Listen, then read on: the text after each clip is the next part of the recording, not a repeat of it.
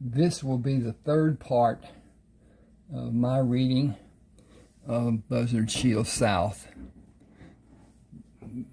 Morty, as he's called at this time, and Clarence finished their testing at the Army recruiting station, and they have driven to the Shields house. Clarence parked across the street from the Shields house and waited for Morty to come to the car. "Will you tell me if I did okay on the first set of tests?" He told me the test scores were for only me to see. He did not forbid me to tell you what they are. 90, 92, 94, 90, and 89. You passed on the others with high grades. Those are not bad considering how poorly the tests were worded. Clarence gripped the steering wheel. "I don't know anyone as smart as you are. Your papa was too. So is Marissa. I don't know a damn thing about anything except being a carpenter. You picked up on mechanic work like you'd been doing it all of your life. I got nothing from working there. You can calculate on your head about other shit no other man I know thinks about. Sergeant Hanson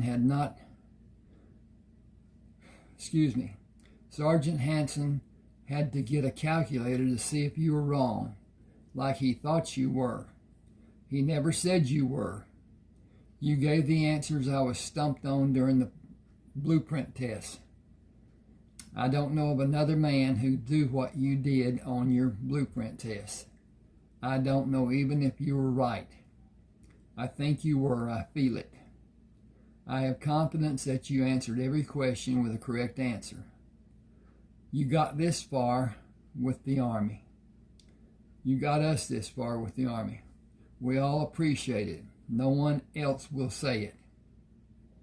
Their feelings are too strong about the bright future they have and the things they can give their families in the next 2 years." He looked straight ahead. "Did you miss any questions on your tests?" "Yes, according to test results. Let's go pound nails and relieve our frustrations. You are not completely finished with the Army. That I know for a fact. It may be a done deal if the offers are not acceptable tomorrow and the colonel will not negotiate. We agreed to leave all of that up to you. We need to have every boy in the neighborhood who looks to be 15 or older that has ever helped do carpentry work to be here tomorrow. They will go with us as 16-year-olds. The lie is necessary, but I will not force anyone if their ethics will not allow it. You know all of them. They will lie their ass off to be with their dads. They will not be offering anything special, but I will get concessions about their future ranks and assignments if it is possible. We don't have bargaining chips to use for them, except the need the Army has for their fathers. Their aptitude tests will help determine what will be offered too. Their physical development will help. Excuse me just a second. I got to check this out. Because what I think I got, no, it's just how things are. Okay, I can go that far. All right, I don't want to go any further than that. I got a skirt off my computer shadow that's over the book cover for the book. Where was I? Okay. George came to them at the front of the house he was working in. "You have some plumbing problems to solve." "That isn't anything major. Show me." George explained the problem while they looked at the plumbing. Morty instructed him, showing the needs the plumbing had, bathroom, Morty instructed him, showing the needs the bathroom had, while they looked at the drawings George did not understand to help him finish the plumbing. Let this be a learning experience. Each of you will have instructions in every phase of construction in the next 2 years. That is how long our enlistments will be. I chose to negotiate with the Army first. Enlistment in the Army is 2 years. Navy is 4 years. Training takes longer in the Navy, and enlistments are done to utilize the training for a longer period of time. The Navy wants to get its money's worth from the enlisted men. The Corps of Engineers has been sorely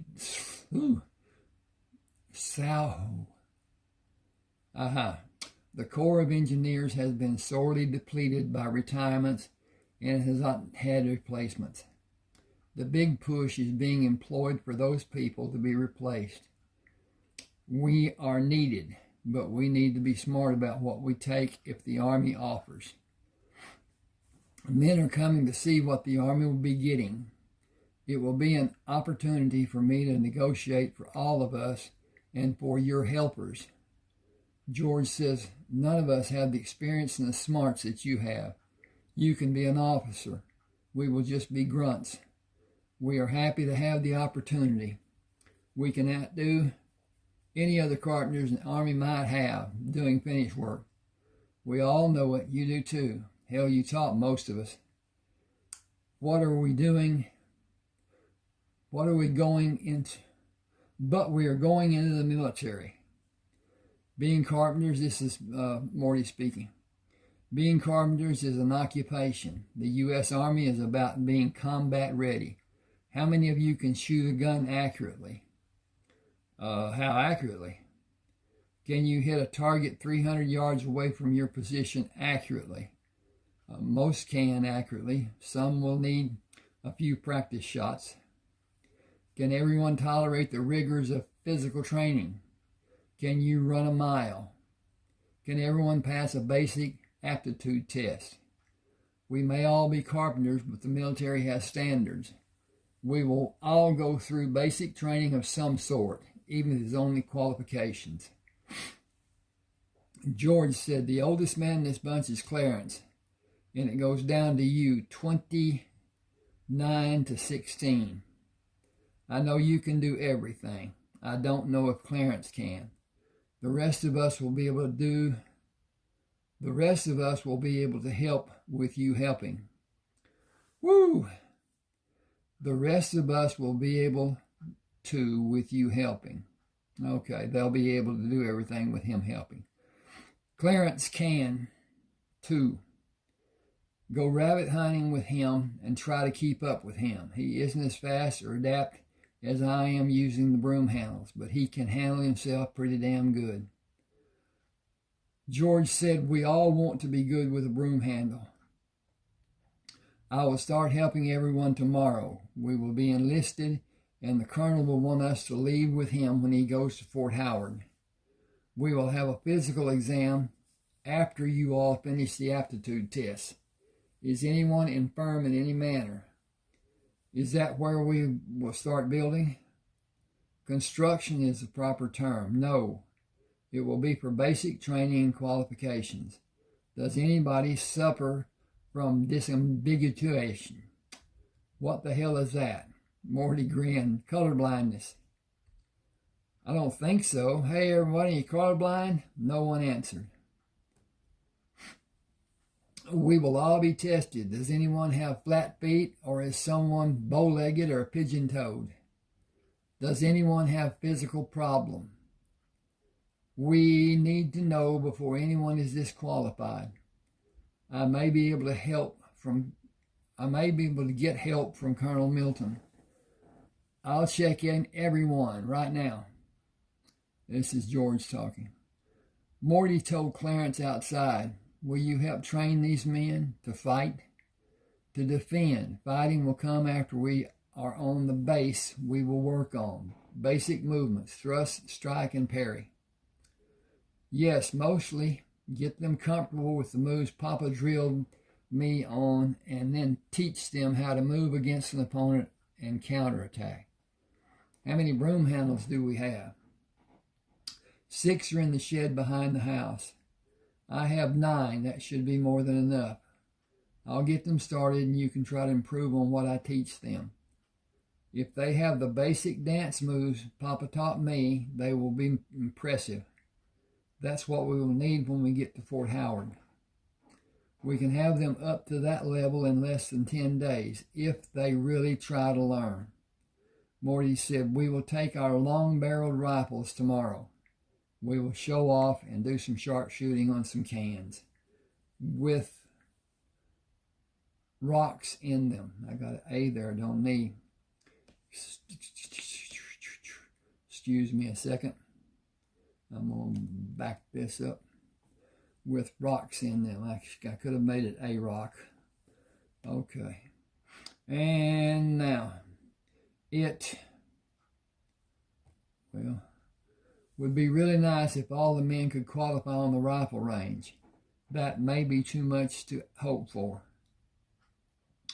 Colonel Milton and Major Tisdale left the recruiting office with Sergeant Hanson. I'm excited about this morning. We will have a complete crew of craftsmen.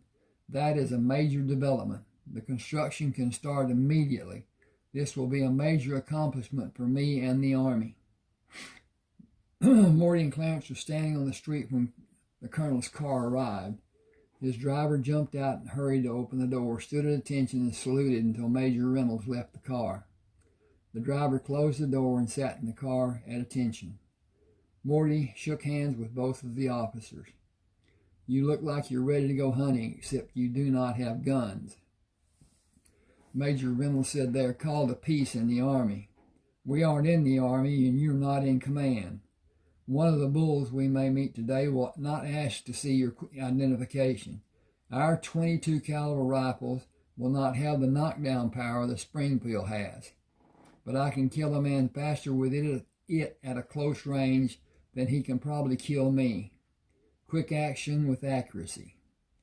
All the training the military gives young men, never serves them well until they learn in combat, if they live that long. I wanted to see the man I would serve under, away from them being in command of people. Just the average ground from the mill man instead.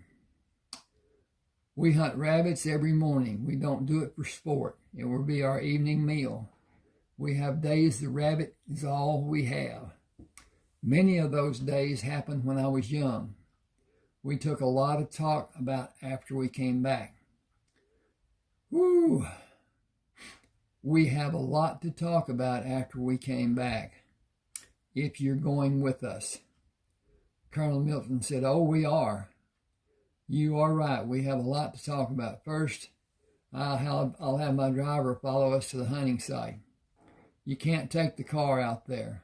It will be reported and the police will come for you and have it towed if they can't find you. It is on college property and we will be trespassing. If we don't hurt anything or tear anything up, the local police will take the license number and find it belongs to a local man and everything is forgiven. We don't shoot at running rabbits or at anything along ground level. The pasture has cows in it. We cannot afford to buy one or be banned from using the pasture and taking rabbits. We are all civilians today. You seem to resist being ordered. There's no need for ordering today. When the time comes, I will receive and give orders. Once that is done under normal circumstance, we will all be regular people and do our best doing what we know best. This is Clarence. You have the test he took yesterday. He is the best marksman in his group. How do you know he's the best? You have not seen us shoot. I've seen my papa, who I believe was the best that ever lived, and I've seen Clarence. Can either of you hit a can thrown into there? Possibly. Without ever missing, I'd be a fool to say yes, he can. Clarence said he can too. We have to be accurate. Our food and our lives depend on it sometimes. I want to shoot the 1903. That will be totally entertaining for me. Paste 5 of the target pointers on the big target and shoot each one of them in less than 15 seconds. That would be fun. We need to go where the rabbits will be going into the holes. What should I do with Corporal Perkins? We have an extra rifle. Let him come with us. The neighborhood needs the meat. Colonel Milton said, "This is extraordinary. I did not expect anything like this to happen this morning. You don't shoot along the ground and you don't shoot at running rapids. How do you hunt them?" "Search the bushes for those that are hiding. Don't shoot the small ones or the large ones. The small ones have little meat to offer and the large ones are breeders. We keep everyone safe too. Tell Perkins to come with us or go to the house at the back of the house and wait. He can help the crew if he wants. We will be back in an hour or so." Major Reynolds said, "I'll stay with the car." Morty asked Colonel Milton, "What is your first name?" "Marvin." "What is your full name?" "My name is Morticius Alajandro Shields. I work part-time in an office between the 7th and 8th grades, and the boss was always yelling, 'Where is that buzzard? I need him to help me.' I thought about using it, but never did try to have people call me that. One name is as good as another, but I didn't want to fight someone over him making fun of Morticius." Marvin said, "You're likely to need a gun if you keep using Morty. When someone laughs and calls you Farty, may I call you Buzzard? No one will question who I'm referring to. Naturally, I'll only use it under certain circumstances. You will be first sergeant at other times. Have you already made a decision about us? The details are all I am concerned about. We will have a sit down and come to a mutual agreement. I wish I had 5 times as many qualified carpenters as the number of men in the group you have. I have pertinent questions." Take a break here. "I think we can all pass a physical exam. None of the men finished high school, but none of them want to be in charge of other men. They will be in time. I will need them to instruct less qualified men as I need you to instruct these men. I want you first as the leader of these men. We should go and talk later, First Sergeant Shields." "That's an E8. "It will be until you're advanced to Sergeant Major in 120 days. Time in the rake is prescribed." I don't know if I spelled this wrong or why I've got that.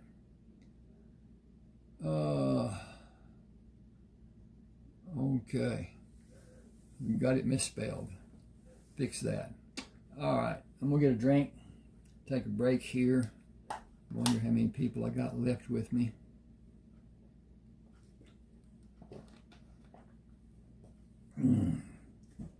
It is winter. Pollen is still prevalent. I am always affected by it. Have been my whole lifetime. I did better out in Lubbock than I've done in East Texas because of the trees, bushes, of just the pollen. And there are very few trees in West Texas. Most were planted by somebody, watered by them, taken care of by them. At any rate, I'll continue. Have to change the page here. And there. Buzzard said, yes, we should go hunting. We have much to talk about when we come back. Corporal Perkins sat in the front seat with Clarence. They've already been hunting. Should someone look after the major? Oh, he's not left yet. Don't be concerned. He asked to come here. He made his choice to stay. He is probably afraid of being arrested and have his reputation sullied. He is a line officer, not my choice and not for long. You will never have an officer over you that you have a problem talking to as long as I am your commanding officer. That will be some time from now. War is the only problem. I will go when it's declared. You will never leave American soil. Don't even ask. You have value you may not be aware of that is badly needed in fields outside of construction. I need your advice as part of my staff. An aide will come to you unless I need your presence. You may travel with me if I need you when I meet with the Joint Chiefs. That little game is always interesting. But a lot of them are just above a notch of overpaid windbags, but they have rank. They have no idea what we may be talking about, but they hold the purse strings. unless I go to President Coolidge. I will be in charge of a group of men. You must have the rank to be in charge. To be in charge of a group of men, you must have the rank of sergeant or higher. To instruct men, your rank must be higher than sergeant. You will be training men at every level of my command. As my senior enlisted aide, I will give you rank. To travel with me and attend meetings, you must hold the rank of sergeant major or higher rank. Will other people have the problem of my age like Major Tisdale? The world is occupied by asses. Some are small, some are cute, some are big, and some are practiced. He is head of recruiting at the college. He is not involved with you or your men. This is my prize. No one will question your age when they look at your rank. Even one of the Joint Chiefs will be afraid to speak to you. I can't tell them why my experience should matter to them. With respect, you can tell them every reason you believe they are full of shit, using respect and with proper wording. Clarence stopped the car. Corporal, what is your first name? Gerald. When you sat in this car, you stopped being Corporal Perkins. You will answer to Gerald. It may save your life if you do. There are a number of bulls in this pasture. We avoid them by using the mesquite bushes as shields until they lose interest and go with the cows that will be moving as they graze. We are trespassing, but we're doing Texas Tech and the local farmers a service by decreasing the rabbit population. That isn't our purpose. Feeding our people is our purpose. You will walk slowly and look inside clumps of mesquite bushes for rabbits that think they can be still and hide.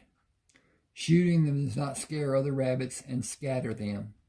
It actually makes them hunker down lower and stay in that position until they perceive the danger to have passed. An older rabbit will bust a trail and be out of sight in a flash. These are long-eared, long-legged jackrabbits. I will take each rabbit you kill and field dress it. Our goal is at least 20 good-sized rabbits. Don't shoot the small ones, the big ones. You understand your role? It seems simple enough. I haven't had rabbits to eat. I never thought of having that kind of meal. Shoot your own dinner. Stay late and Marissa will cook it for you. Marissa? The woman who owns the house we are building. She lives in the house on the front of the property. Walking back to the car after Buzzard and Clarence filled their bags with meat for dinner, Colonel Milton moved slowly to allow Clarence and Gerald to gain space between Buzzard and him. I am fully aware of almost everything about you. You will be a strong asset for me in the coming 2 years, possibly more. You have convinced me of your worth in several abilities. Clarence did above average on his first battery of tests. You will help me rewrite it. You found mistakes in the blueprints which were not detected by the many people who approved them. You literally beat Sergeant Hanson, who is recognized as one of the premier pugil stick instructors. He was so impressed with you that he asked to be made part of your company as a trainer after you teach him what you're able to do. If you're able to shoot a Springfield as well as Clarence claims, you will be my top non-commissioned officer. If I did not covet your service in my staff as I do, I would recommend you for Officers Candidate School. You don't qualify, but that can be rectified in time with effort. You and Clarence will take your men to Fort Howard and drill them, using manuals for your instructions with Sergeant Hanson helping. Get the men qualified in whatever class you need or want. I imagine marksmanship will be easy for them. They will never go into battle. The badge will not help them except in advance pay. I got to check this. Hang on just a second. Oops, okay, we got some time. YouTube limits time on videos, and I'm not certain what the time limit is, so I'm pushing it. See what happens. Okay, we'll go back. The Army does not operate as another military organization does. Everyone who qualifies with a rifle and a pistol is rewarded with extra pay. The Army wants men who can fight, even if they are never called on. An expert rifleman is a valued asset. Qualify higher and payment is greater and advancement is faster. You have 120 days to do all your qualifications before you will be advanced to Sergeant Major.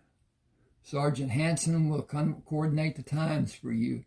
If you look at his duties, you might say he is your secretary.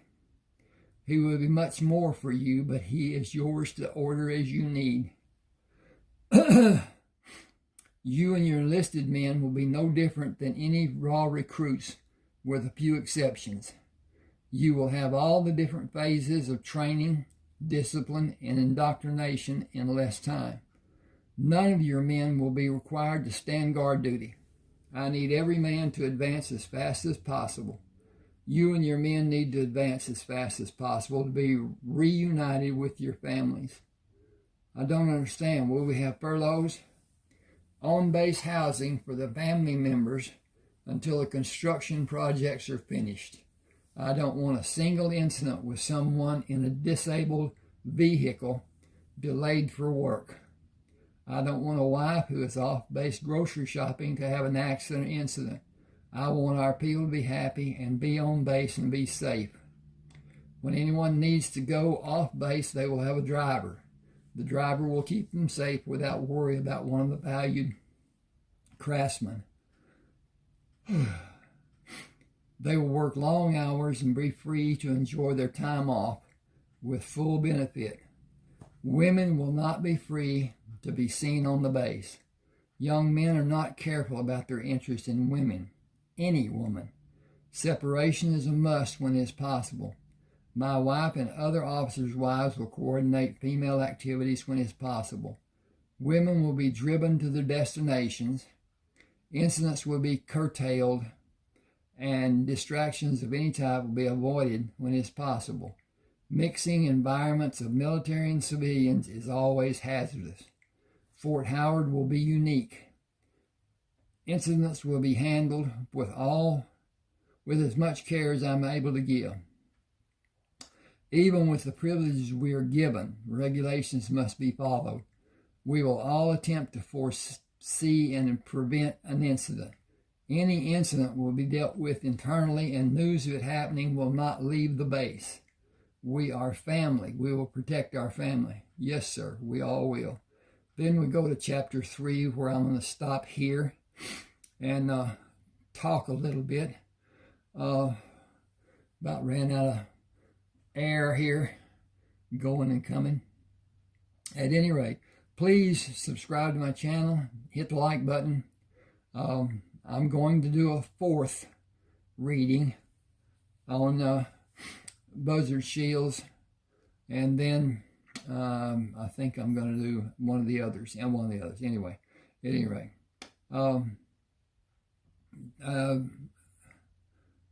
what is this? Okay.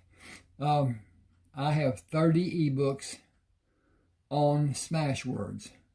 I'm going to leave a link to Smashwords that will take you to Buzzard Shields South, and even give a link to Buzzard Shields America and Buzzard Shields North. To me, this is a great story.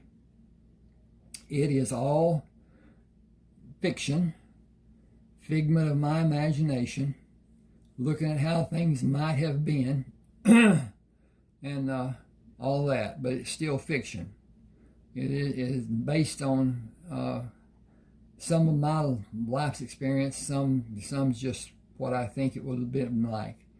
At any rate, please do subscribe, and hopefully watch the wow, this has 125,652 words, and I'm not certain what the pages are exactly, but it's extensive.